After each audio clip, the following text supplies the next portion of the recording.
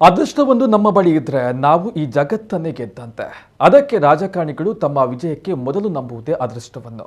ಇದೇ ಕಾರಣಕ್ಕೆ ಅವರು ಮೊದಲಿಗೆ ದೈವ ದೇವರಿಗೆ ಮೊರೆ ಹೋದ್ರೆ ಬಳಿಕ ವಾಸ್ತು ದೋಷವಿಲ್ಲದ ಕಚೇರಿಯನ್ನು ಮನೆಯನ್ನು ಆರಿಸಿಕೊಳ್ತಾರೆ. ಇದೀಗ ದಕ್ಷಿಣ ಕನ್ನಡ ಜಿಲ್ಲಾ ಬಿಜೆಪಿಯು ಇದರಿಂದ ಹೊರತಾಗಿಲ್ಲ. ಅದೃಷ್ಟದ ಕಚೇರಿಯನ್ನೇ ಬಿಜೆಪಿ ತೆರೆದಿದೆ.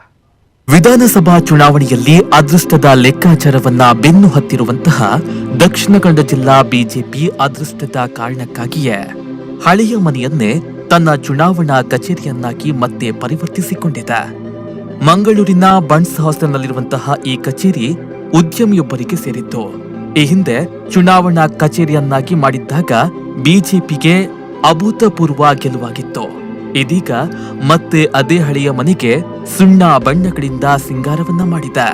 ಅಲ್ಲಿ ಪೂಜಾ ಕೈಂಕರ್ಯಗಳನ್ನ ಪೂರ್ಣಗೊಳಿಸಿದೆ.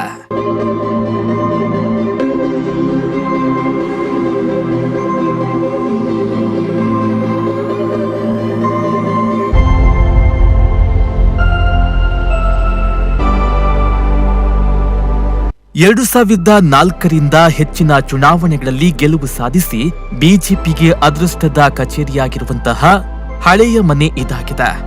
ಆದರೆ 2013ರಲ್ಲಿ ಈ ಕಚೇರಿಯನ್ನ ಬದಲಾಯಿಸಿದಾಗ ಬಿಜೆಪಿಗೆ ಅದೃಷ್ಟ ಅನ್ನೋದು ಕೈಕೊಟ್ಟಿತ್ತು. ಆ ಸಂದರ್ಭದಲ್ಲಿ ಜಿಲ್ಲೆಯ 8 ಕ್ಷೇತ್ರಗಳ ಪೈಕಿ 7ರಲ್ಲಿ ಸೋತು ಮಕಾಡೆ ಮಲಗಿತ್ತು. 2014ರ ಲೋಕಸಭಾ ಚುನಾವಣೆಯ ವೇಳೆಗೆ ಹಳೆಯ ಮನೆಗೆ ಬಿಜೆಪಿ ತನ್ನ ಚುನಾವಣಾ ಕಚೇರಿಯನ್ನ ಶಿಫ್ಟ್ ಮಾಡಿತ್ತು. ಅದಕ್ಕೆ ತಕ್ಕಂತೆ ಲೋಕಸಭಾ ಚುನಾವಣೆಯಲ್ಲಿ ಬಿಜೆಪಿ ಜಯ ಗಳಿಸಿತ್ತು.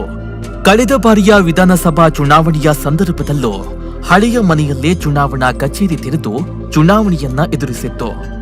ಬಿಜೆಪಿ ಆಗ 8 ಕ್ಷೇತ್ರಗಳ ಪೈಕಿ 7ರಲ್ಲಿ ಭರ್ಜರಿ ಜಯವನ್ನ ಸಾಧಿಸಿತ್ತು. ಅದೃಷ್ಟಕ್ಕಾಗಿ ಇದೆಲ್ಲವನ್ನು ಮಾಡುವುದು ಸಹಜ ಎನ್ನುತ್ತಾರೆ ಬಿಜೆಪಿಯ ನಾಯಕರು. ಈ ಹಿಂದೆ ಅನೇಕ ಚುನಾವಣೆಗಳನ್ನು ನಾವು ಆ ಹಳೆ ಮನೆ ಅಂತ ನೀವು ಯಾವುದು ಹೇಳ್ತೀರಿ ಅದರಲ್ಲೇ ನಾವು ಚುನಾವಣಾ ಆಫೀಸ್ ಮಾಡಿ ನಾವು ಎದುರಿಸಿದ್ದೇವೆ.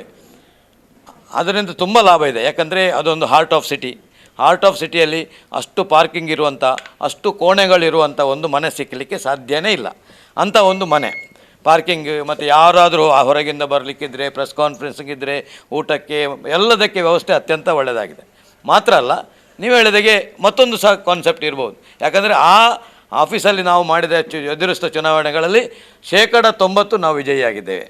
ಅದು ಒಂದು ಅಂಶ ಇರ್ಬೋದು ಖಂಡಿತವಾಗಿ. ಯಾಕಂದರೆ ರಾಜಕೀಯದಲ್ಲಿ ಇದೆಲ್ಲ ನಾವು ಗೆಲ್ಲಲಿಕ್ಕೆ ಏನೆಲ್ಲ ನಮ್ಮದು ಬೇಕು ಅದನ್ನೀಗ ನಾವು ಪೂಜೆ ಮಾಡ್ತೇವೆ. ಹಾಗೆ ದೇವರ ಮೇಲೆ ವಿಶ್ವಾಸದಲ್ಲಿ ಅಲ್ಲಿ ಒಂದು ಗಣಹೋಮ ಮಾಡ್ತೇವೆ. ನಾವು ಯಾವುದೇ ಒಂದು ಆಫೀಸ್ ಮಾಡೋ ಗಣಹೋಮ ದೇವರ ಮೇಲೆ ವಿಶ್ವಾಸ. ಹಾಗೆ ನಾವು ನಮ್ಮ ಒಂದು ಆಫೀಸ್ನ ಒಂದು ಪೊಲ್ಸು ಅಂತ ತುಳುವಲ್ಲಿ ಹೇಳ್ತಾರೆ, ಒಂದು ಲಕ್ಷಣ ಉಳಿದಿದ್ರೆ ಖಂಡಿತವಾಗಿ ಅದನ್ನು ನಾವು ಮುಂದುವರಿಸ್ತೇವೆ. ಈ ಬಾರಿ ಸಹ ಹಳೆಯ ಮನೆ ಚುನಾವಣಾ ಕಚೇರಿ ಆಗಿದ್ದು ಇಲ್ಲಿ ಹೋಮ ಹವನ ಪೂಜಾ ವಿಧಿವಿಧಾನಗಳನ್ನ ಪೂರ್ಣಗೊಳಿಸಲಾಗಿದೆ. BJP buntings ರಾರಾಜಿಸತೊಡಗಿದೆ. ಮನೆ ಕಾರಣಕ್ಕೆ ಈ ಬಾರಿ ದಕ್ಷಿಣ ಕನ್ನಡ ಜಿಲ್ಲೆಯಲ್ಲಿ ಬಿಜೆಪಿಗೆ ಮತ್ತೆ ವಿಜಯ ಸಿಗುತ್ತಾ, ಅದೃಷ್ಟ ತಂದುಕೊಡುತ್ತಾ ಎಂಬ ಕುತೂಹಲಕ್ಕೆ ಮೇ 13ರಂದು ಮತ ಎಣಿಕೆ ದಿನವಾದ ಶನಿವಾರ ತೆರೆ ಬೀಳಲಿದೆ. ಗಣೇಶ್ ಪೂಜಾರಿ, ನಮ್ಮ ಕುಡ್ಲ ನ್ಯೂಸ್, 24x7 ಮಂಗಳೂರು.